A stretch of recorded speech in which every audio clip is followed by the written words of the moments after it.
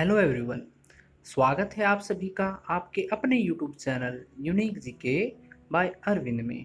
आज हम आपके लिए लेकर आए हैं एक बहुत ही अच्छी कविता है जिसका नाम है श्याम एक किसान और इसके कवि हैं सर्वेश्वर दयाल सक्सेना। तो इस कविता को शुरू करने से पहले इस चैनल को लाइक शेयर और सब्सक्राइब जरूर कीजिएगा। आइए सबसे पहले बात करते हैं कविता के सार की। सबसे पहले हम कविता के बारे में जान लेते हैं। देखिए, इस कविता में कवि ने किसान के रूप में जाड़े मतलब सर्द ऋतु जो होती है, जब ठंड का समय होता है, तो उसकी शाम के प्राकृतिक दृश्य का चित्रण किया है। इस प्राकृतिक दृश्य में पहाड़ बैठे हुए एक किसान की तरह दिखाई दे रहा है। आकाश उसके सिर पर बंधे साफे, साफे मतलब पगड़ी के समान, साफे का मतलब क्या होता है? पगड़ी के समान पहाड़ के नीचे बहती हुई नदी घुटनों पर रखी चादर सी।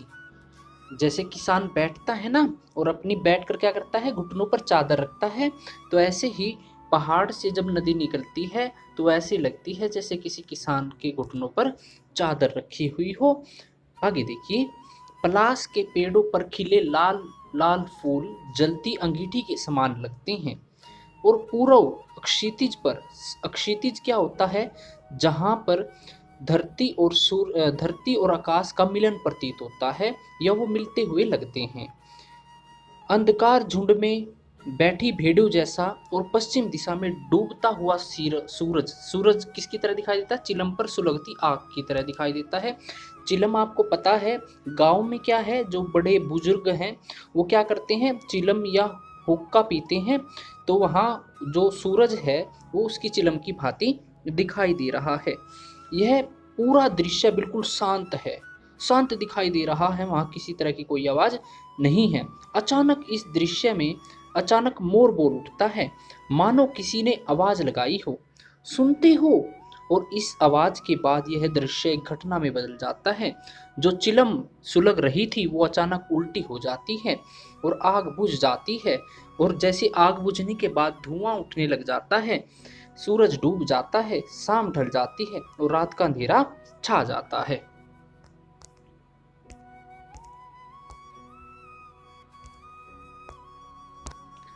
आइए शुरू करते हैं अपनी कविता, जिसका नाम है श्याम एक किसान।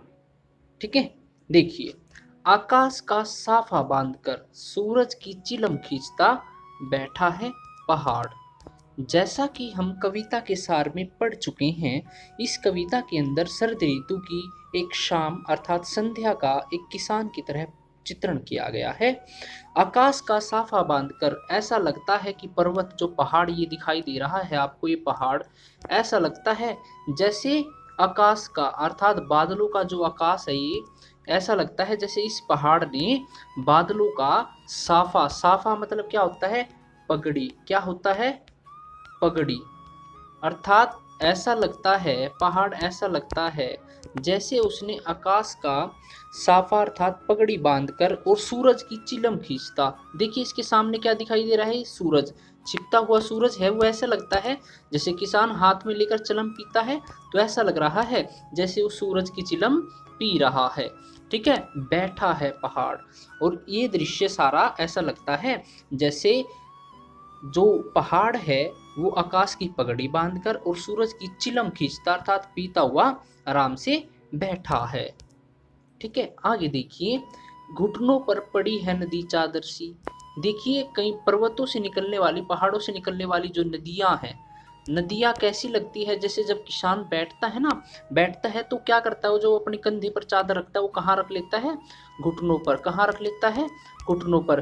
तो पर्वतों से निकलती हुई नदियां ऐसी लगती है जैसे किसान अपने घुटनों पर चादर डाले हुए है।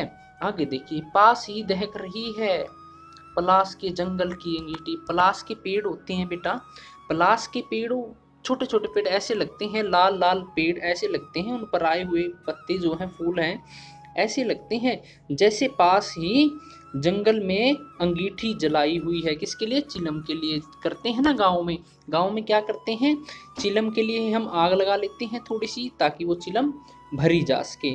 तो ऐसे ही वो पलाश के जो पौधे हैं वो ऐसे लग रहे हैं जैसे जंगल में अंगीठी जला रखी हो। अंधकार दूर पूर्व में सिमट बैठा है भेड़ों के गले सा। और अंधकार जब शाम होने लग जाती है तो धीरे धीरे शरद ऋतु में धुंध और अंधेरा होने लग जाता है। तो वो अंधकार दूर पूर्व, पूर्व दिशा में अंधकार ऐसे लगता है जैसे वो भेड़ों के गले सा मतलब झुंड, भेड़ों के झुंड की तरह वो सिमट कर बैठ गया है। ठीक है, आगे देखिए। सब बिल्कुल शांत थे। अचानक इस शांति में एक विघ्न आ जाता है और अचानक बोला मोर, अचानक बोला मोर। तो अचानक मोर बोल पड़ता है जैसे किसी ने आवाज दी हो। ऐसा लगता है जैसे कोई आवाज दे रहा हो। सुनते हो, सुनो। चिलम ओंधी, ओंधी का मतलब क्या होता है? उलट जाना, उल्टी हो जाना।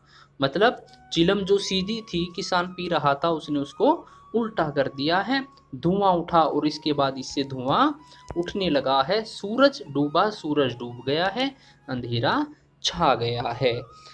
आशा है सभी को कविता बड़े अच्छे से समझ में आ गई है। और इसके कवि सर्वेश्वर दयाल सक्सेना है। क्या नाम है? सर्वेश्वर दयाल सक्सेना इनका नाम है। किनका?